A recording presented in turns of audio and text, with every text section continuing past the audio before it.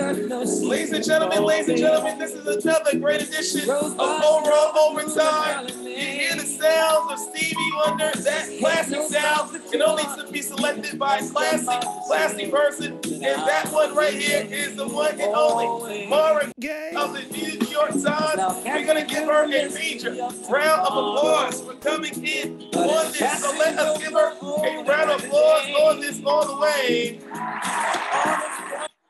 Great selection. Greg, how are you doing on this Monday with the Stevie selection?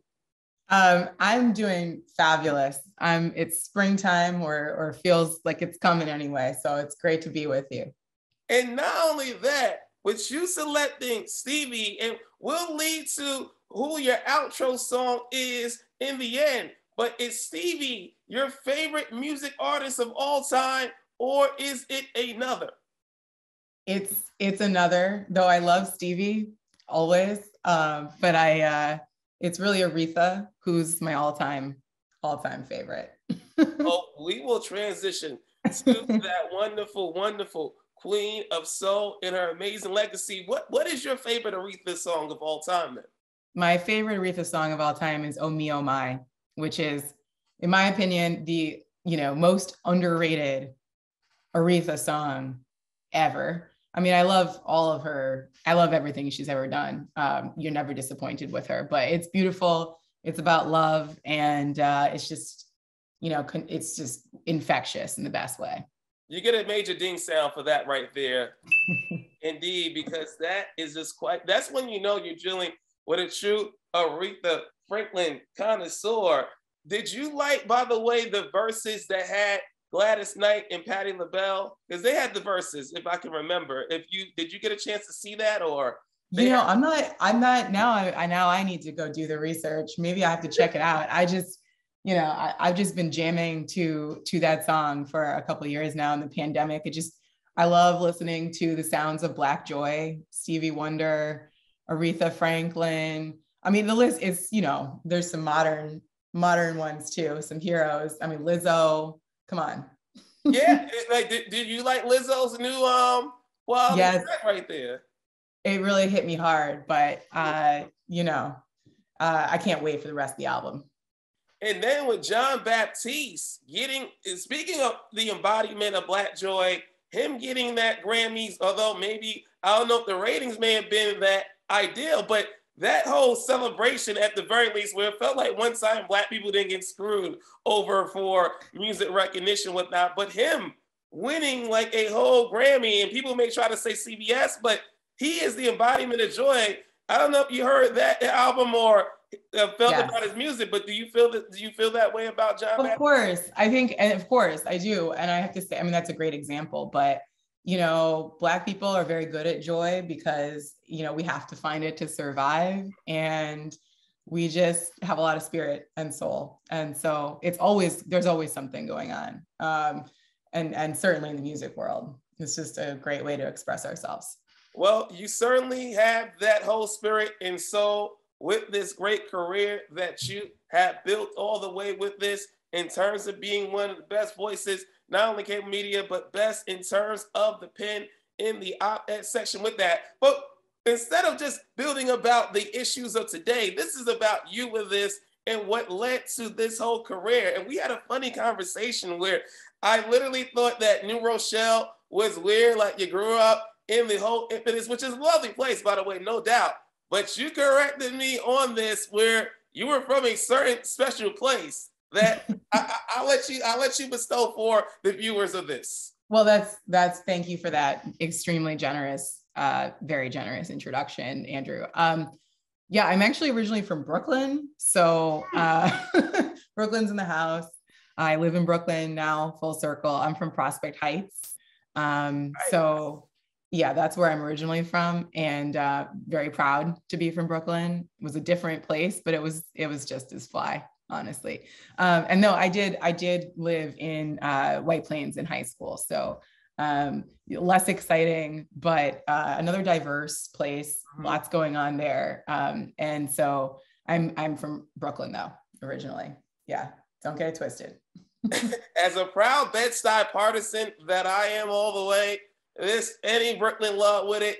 It's just certainly amazing with it. And you being P Heights all the way, was it Prospect Heights the whole time, or like was it any other time in any other part of the best borough? No, it was Prospect Heights all the way. That's where I grew up on Park Place between Vanderbilt and Underhill. So, I mean, at the time, Prospect Heights, it was kind of either Park Slope or Crown Heights, right? And so we were on a transitional block in a transitional time. And anybody who was around, I mean, this was, between 86 and 96, it would have been able to tell you just how remarkable, good, bad, and ugly the transition has been into the new Brooklyn.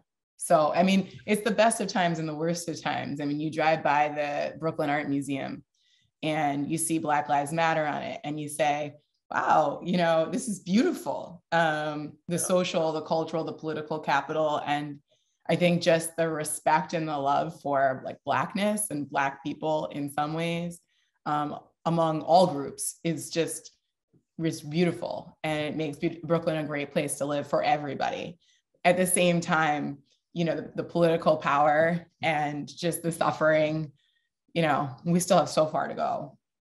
Yeah, it's something because, us growing up in the era, particularly when David Dinkins, was mayor, and it's something where we growing up, obviously being 4 or 5 or 6, or around the time when he was, it's a thing that, wow, like we didn't realize, like we're living through an era where he's like the first like Black mayor and not understanding all these other factors of what he had to deal with and what the factors throughout the years of leading to what Black people had to deal with until we slowly moved up. And then over time, obviously, so that even as teenagers or even before that, realizing that in that major way, for you, just seeing the level of changes in Brooklyn throughout this whole entire time, your full thoughts on that right there. Listening to you, I couldn't help but think of the Onion headline the day after Barack Obama was elected in 2008. It was something to the effect of Black man gets world's worst job. And so, I think there is an element, right, of there's pride, but there's also just a sense of like the burden that's placed on the first. And David Dinkins is a great example of that. Now we have the second Black mayor ever, and it's a little less fraught for him in that way, but it's so hard to be the first or one of the few in anything. And so, people talk about Black excellence, but they don't talk about how like exhausting that is and the double standard there. And so, yeah. Well, you definitely represent that Black excellence in that major way. And I don't say this because you are just a quality colleague, but just truly from your whole work with that. Thank you. And what led to that path for you of loving journalism and your storytelling? What was the impetus for you growing up in P Heights that have led you to the place where you're at right now? So I come from a very political family. My father is Black, my mother is white. My father's family is very political and has been, I guess, for quite a few generations. And there's a really strong culture and expectation of like public service. And so growing up, I was really into politics. We talked about it every dinner conversation. And of course, in Brooklyn at the time, you know this because you were there at the same time. It was not easy. And there were, I mean, there was a crack cocaine epidemic, AIDS had swept even across middle-class Black neighborhoods. And there was an immense amount of suffering, crime. And so, I was trying to make sense of that as a kid. And my father, I have to credit a lot, give him a lot of credit for this, really just drove home to me that not just that I could be anything I wanted to be or do anything I wanted to do, especially as, a daughter, right? And this is a beautiful thing from him. It's a gift, but also just, that you should give of yourself and you should be civically minded. And he helped me make sense of some of what I was seeing near and far as a kid. And not all of it was bad. We lived on a beautiful block of Brooklyn, but So that's part of, I think, where it comes from. And he really taught me a lot about how to love all people kind of everywhere in a radical way. And so then I was the high school newspaper editor. And I never really looked back. I joined the newspaper in college at the Michigan Daily at the University of Michigan. I was a columnist there, and I'm editorial board member. So I've come kind of full circle in some way. And I always thought I'd go into politics, not to be an elected official, but in some sense, yes, I'm a journalist, but I'm also kind of in politics. And so you always just I'm trying to just do some good, you know? Did your mom and dad hope that you would be a public official? No. No, you know, they have been super supportive of whatever I wanted to do, but I think it was clear pretty early on that I, you know, enjoyed writing, had a way with words, and my parents really nurtured that. They listened to all kinds of terrible songwriting and poetry and all of that. Fortunately, I ended up in you know, the right field, I think, for me, which is journalism. And they've been just immensely supportive. So I'm very grateful to them. And I definitely wouldn't have the career I do without them. And you didn't need to go to Brooklyn Tech at all, because you didn't have to go to that ridiculous school all the way in terms of stuff, because of how it's funny when you see some people try to act tough in Brooklyn Tech or Stuyvesant or Bronx Science or even LaGuardia. And it's like, you go to a tremendous school. Why are you trying to act tough about that? What made the transition for you to go to White Plains? Were you excited about moving like upstate, or even though upstate is like offensive to White Plains? I'm making it sound like it's Albany, but oh, it is not Albany. White Plains is only 30 minutes from Midtown. Come on, man. No, honestly, you know, my parents are actually from Michigan, and so and that's where they met. They met in Detroit, and so they really, I think, had kind of needed a change and really wanted some space. And at the time, you know, people forget this. It's like we romanticize Brooklyn in so many ways, and a lot about it is romantic. But you know, growing up there, when we did, especially, and I want to be careful when I say this, but especially as a girl, as a young girl, you know, I didn't have a lot of freedom because it wasn't safe to have that freedom. Yep. So for my parents, who had grown up with a lot more freedom physically, they really wanted me to be able to ride my bike down the street, to have some independence. And that was something that the suburbs gave us. And White Plains was a very diverse suburb, actually one of the first public schools districts in the country to voluntarily desegregate. So it was a very diverse place. And the irony is, and you know this, and a lot of listeners will know this if you're from New York, but New York City is so segregated that actually the public school I went to in the suburbs of Westchester was more integrated racially than most schools are in New York City. And that's a sad, sad fact, and something that we still have a lot of work to do on. Mm-hmm. But, you know, for me, White Plains was freedom. Now, I don't want to live there again. You know, I love Brooklyn. I'm not moving to the suburbs anytime soon, but I got a great public education, and there were a lot of people there. I mean, the suburbs are far more diverse than we give them credit for, at least in Westchester. Oh yeah, especially since my sister moved up there with my brother-in-law and my niece and nephew before my nephew was born, and moved to Middletown, so not even more north, and seeing still there now how it's still there's more Black people up there than people think. Right. There with that, and it's just something we're wanting to move because of feeling better options, you know, for school and everything. And that's something with us covering education issues, particularly, we certainly hear that and then some in a major way about that. I mean, let's be clear, it's not cool. It will never be cool. Yeah. But there's a lot to be said for it. Well, a lot to be said for you choosing to go to Michigan in terms of school, you know, with your parents being from Detroit. Was that something that led you to want to go to Michigan, or was it just a few other things where, you know, considering you with probably the options that you had, what made Michigan instead of any of these schools around here, East Coast wise, that choice for you?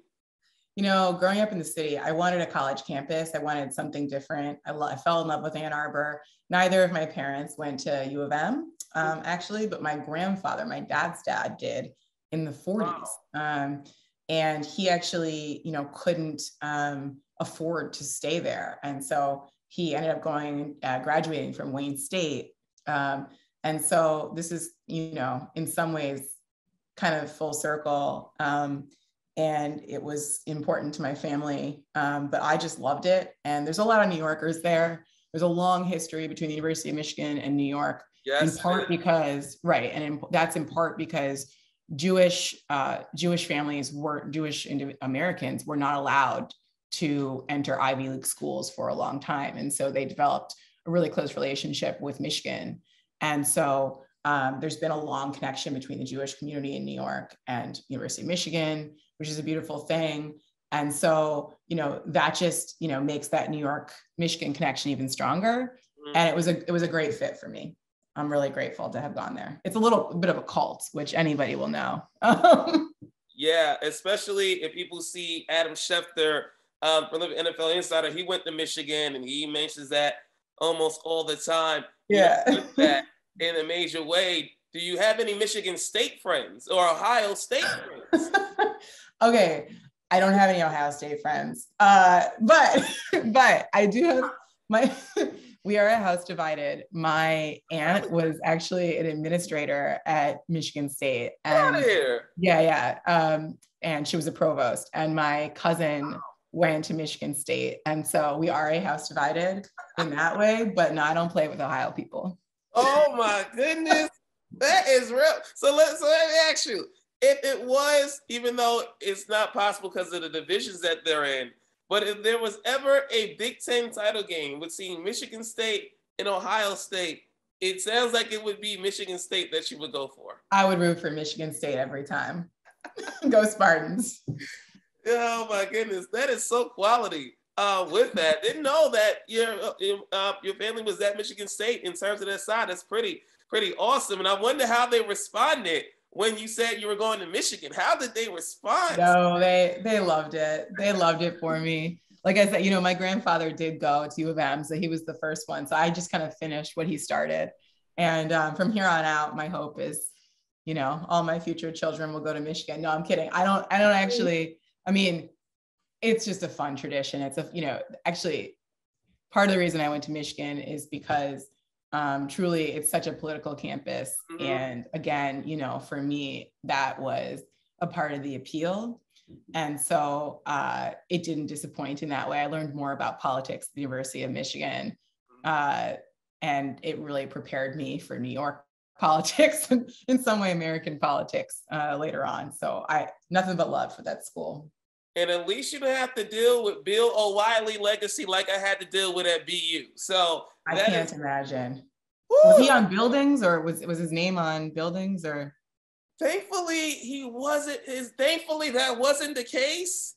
And Howard Stern, ironically enough, wasn't on any buildings or any room. And I remember BU with it. But unfortunately, at the time, the associate dean, him and Glenn Beck were close. And he would be on Glenn Beck a lot. And when Glenn Beck was on Fox News and had Fox News was regularly on there. And in fact, Fox News had their scholarship literally prominently placed in BU for it. So that's remarkable. That's remarkable. Yeah. That's unbelievable. You had Elie Wiesel and you had Howard Zinn randomly on the campus, and yet our communications whole school was regularly a cesspool of Fox News promotion regularly with that. We are on Overtime with the great Mara Gray, and I have to give her this Aretha play song right here because she loves Aretha all the way with the Oh Me Oh My.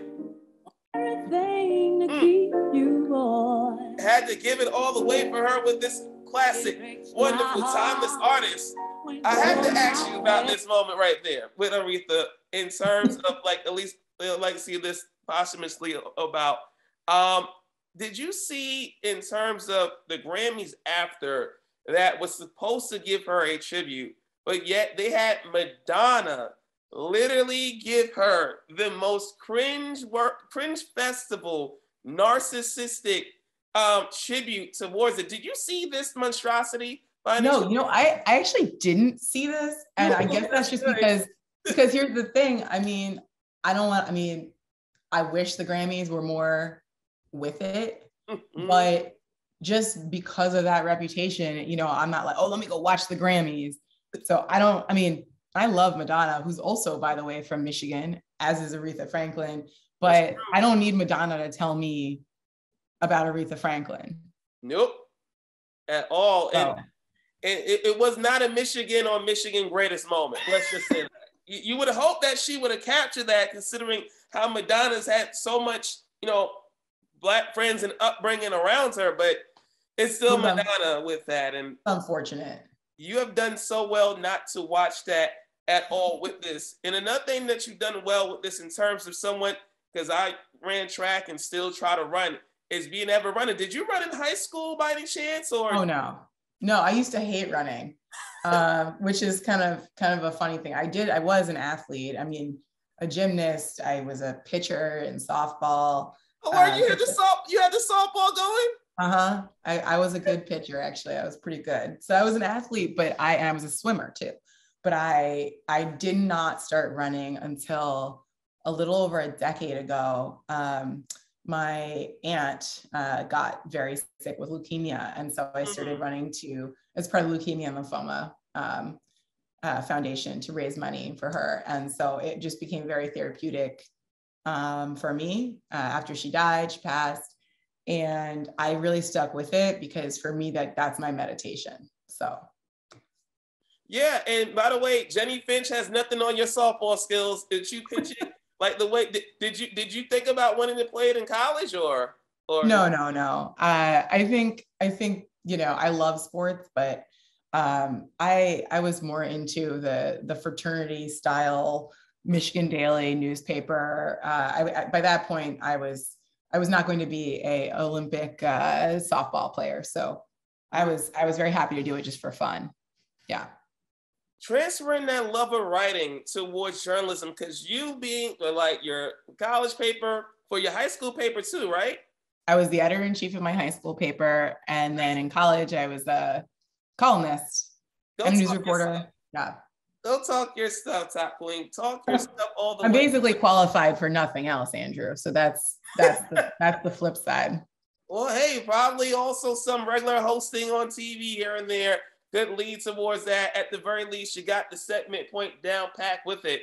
But that love of writing in terms, because for me, it was really looking back on it, how kind of badly they were Mike Lupica columns at the time in the Daily News, and like really seeing that level be there. I mean, it was just that genuine love of sports, for that. But that was that transition, for me at the very least. And at least thinking about Syracuse, only to see Syracuse was nowhere near. So like it wasn't near any city or anything. So that's why I would be you with that. But was there any story or anything in particular that led from, say, that love of writing that puts you in a way to be with news instead of just saying like a fiction writer or novelist, or was it just happening? Yeah, that's a great question. People become journalists for different reasons, right? Some people want to be war correspondents, they're adrenaline junkies, or they love sports, or they want to write about cookbooks. For me, it's really that love of politics, and not in the kind of horse race way, but more in the sense of what's important to people's lives right now. The immediacy of journalism is you see something that is wrong in the world and you can expose it and you can kind of bring truth to power. And so that's why I love journalism. We don't get it right every time, but once in a while you get an opportunity to tell a story that changes the way people think about one another for the good. And that changes policy and helps people and vulnerable people in particular. And that is what drives me. Final question, because one thing that you really have done in terms of trying to help people is obviously been very public about how COVID, how you had to deal with it in regards to it, with you being a very healthy person, as we're mentioning with you running, and how you documented many times on MSNBC as well, like in the Times about it. First, how are you still feeling in regards to this now coming on like 2 years of you like having it. And just in terms, because we still obviously learning about what long-term effects could lead to from having any COVID or the variants, just in regards to just how you are feeling, overall, and hopefully no one in your family, had to, deal with it like you unfortunately had to. Yeah. Thank you for asking. I'm feeling really good and better all the time, which is just like a miracle, frankly. I almost died. And though it's taken an extraordinarily long time to get well, I'm expected to make a full recovery, and I am. And I'm running, I'm living normal, healthy life. And I believe soon I'll be at the point where I don't have to think about it anymore. But it's been very humbling, and I'm very concerned that people are not taking this virus seriously. And I think, it's just about empathy and compassion, and just remembering that, there but for the grace of God go I, because the line between sickness and health is a lot thinner than we want to think as healthy, able-bodied young people. And so if it's not COVID, God forbid, it could be cancer, it could be anything. And I think just really for that reason, just, be compassionate and urgent and vigilant about your health, but also the health of those around you, because we're more fragile and connected than we think. And if we realize we're connected, we're also stronger when we acknowledge that and think about that. So that's my message. And, I'm just grateful. It's taken a lot of work and help to get this well. And I'm concerned, particularly for communities of color who have been the most affected by COVID, or disproportionately affected, I should say, that they're not maybe getting the resources. It took over 1.5 years of physical therapy, voice therapy. I had to learn how to run again, how to talk again. And I don't think people realize what the virus can do, but also the amount of resources and support that people need to get well again, and they can get well again. Mara, you say you almost died. You were in the ICU room for a few days, or? I actually was turned away from a hospital in April 2020 because, my vitals were what they thought of as normal at the time. But now, obviously, 2 years later, we have not only vaccines, which I encourage everybody to take, but also Paxlovid and other treatments. And so the other thing I really want to say, it's important, I think, for your listeners, especially, is that sickle cell trait, which so many African Americans have, and I have, is actually something that makes you more vulnerable to COVID, which is really a vascular disease and attacks the blood vessels. So it's especially important to take the vaccine, to get that vaccine if you have sickle cell trait. Take Paxlovid, don't wait. And, just look out for your health, because I think it's clear that governments, not just in Washington, like, they're not doing that for us. So take good care. Well, on a better note with that, because, you're really back to living life and being able to get through that comfort of, because a lot of people, they still will be in that threshold, even being vaccine and boosted, to still be like, I don't know if I want to be around people or be in a social place. And the fact that you've been able to feel that you're comfortable to do that, despite how, you or Jeremy, for example, with what he went through, and how it was really bad for him, and how, he died, and especially for a lot of music who have been anti-vaxxers or misinformers, and how, and then seeing him directly have that, would have some to at least think to themselves, they don't know it all, with that. And it's really good to see that you've been in that place to be comfortable, being able to still go out and do things, but still saying to yourself, like, we really need to have everybody get the latest booster in a major way and all that. On just a final note, on a brighter note to close all the way, we were talking about at the top of this whole show with you, with the Lizzo love, with this all the way. For you, who for you now besides Lizzo? I know you can't wait for that album. Who are your favorite artists at the moment in terms of all genres? Because people are going to see the great last song selection about the versatility of Mara Gray's music bag. Who for you are your top music artists right now?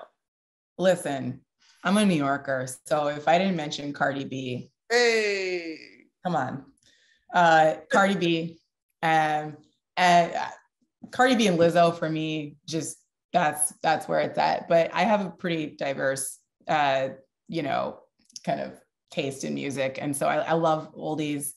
I do love Van Morrison and the Staples sisters, of course. Come on, let's do it again. Marvin Gaye.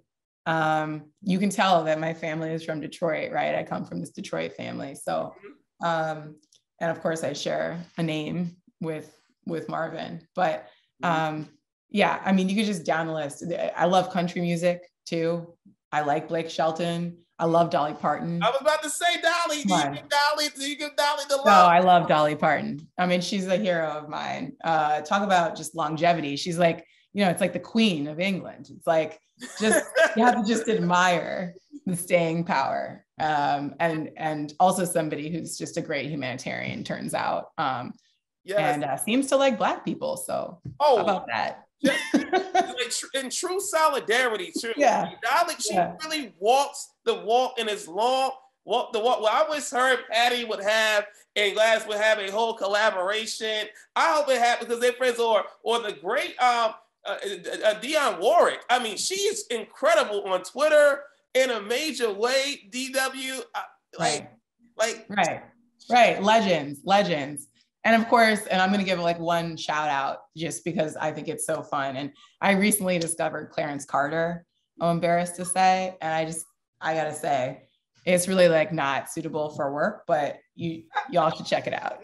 That is a major thing to close out in a perfect way with it. And by the way, Dolly Parton, do the interview with Margaret. Like you need to do an interview with this one because that will be incredible to watch, by the way. Give her a round of applause to the great Margaret.